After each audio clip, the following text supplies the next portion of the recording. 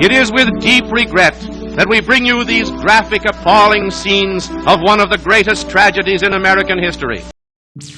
The new London School, Texas, was built as a landmark of education for the children of this prosperous district.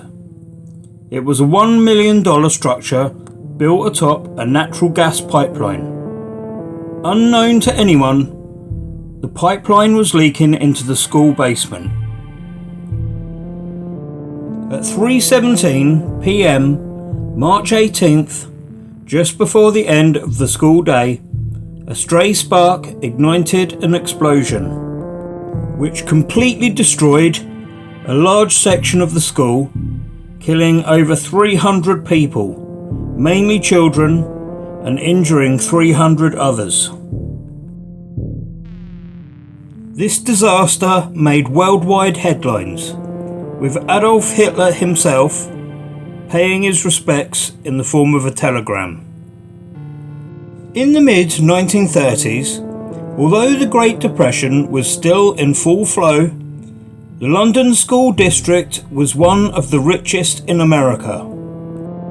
Black gold was discovered in the area in 1930, which boosted the local economy. With this newfound wealth, the new London School was constructed.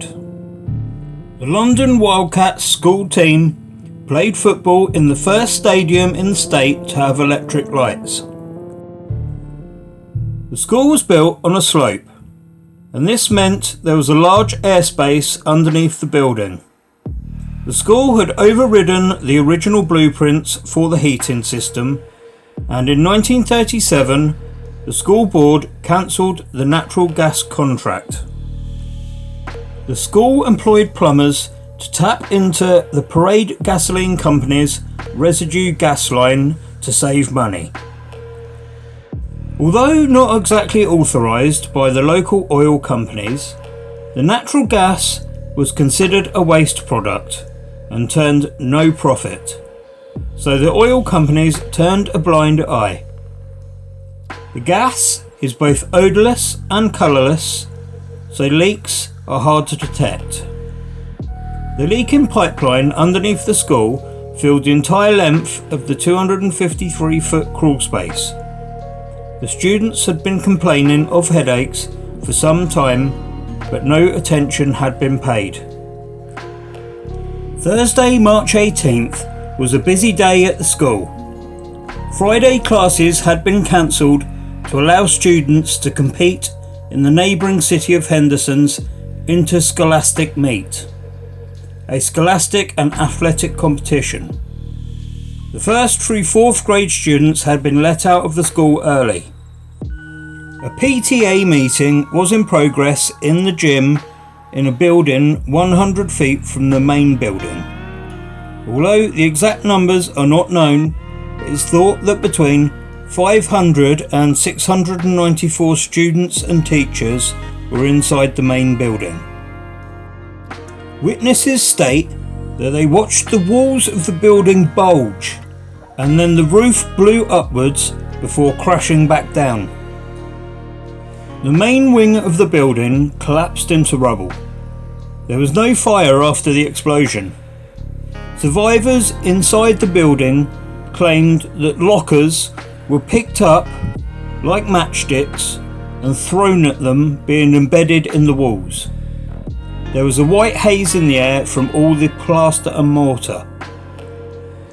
The force of the explosion was so great that a 2-ton concrete block was thrown from the building 200 feet away, crushing a 1936 Chevy. Survivors stumbled from the wreckage in a state of shock. The blast was heard up to 4 miles away. This alerted everyone in the vicinity. Residents and parents from nearby arrived and began digging through the rubble to look for survivors. Many survivors also helped into the effort. Local oil workers also brought heavy equipment to clear the rubble. The school bus driver, Lonnie Barber, witnessed the explosion. He dropped off the remaining children and rushed back to the school to look for his 4 children. Unfortunately, he lost one son, but the others were unhurt. Other buses were used to ferry survivors back home. On hearing about the disaster, aid poured into the area. The Texas Governor James Allred dispatched the Highway Patrol and National Guard. 30 doctors and 100 nurses, also 25 embalmers arrived from Dallas. Airmen, sheriffs and even Boy Scouts also aided in the rescue. Rescue workers searched day and night in the rain, 17 hours straight before the area was cleared. Many of the people involved in the search were overcome with shock. Buildings for miles around were converted into makeshift first aid sites and temporary morgues to take care of all the bodies. All types of vehicles, from cars to delivery trucks, served as hearses and ambulances. Even reporters who arrived to the site found themselves swept up in the efforts. The world-famous Walter Cronkite arrived on one of his first assignments to report on the scene. Although he covered World War II and the Nuremberg trials as well as the moon landings, he stated that, "I did nothing in my studies nor in my life to prepare me for a story of the magnitude of that of New London tragedy, nor has any since that awful day equalled it."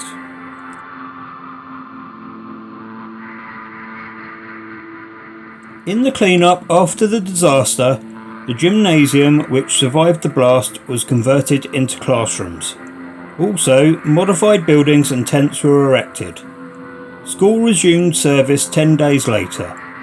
30 of the surviving seniors bravely completed their school year. A new school was built in 1939, directly behind the site of the original school building.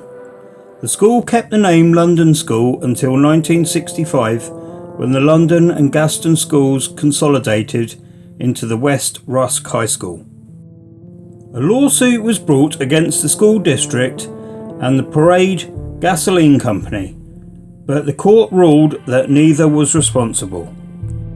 In response to the explosion, Texas officials mandated that thiols be added to natural gas so as to make it have a strong odour.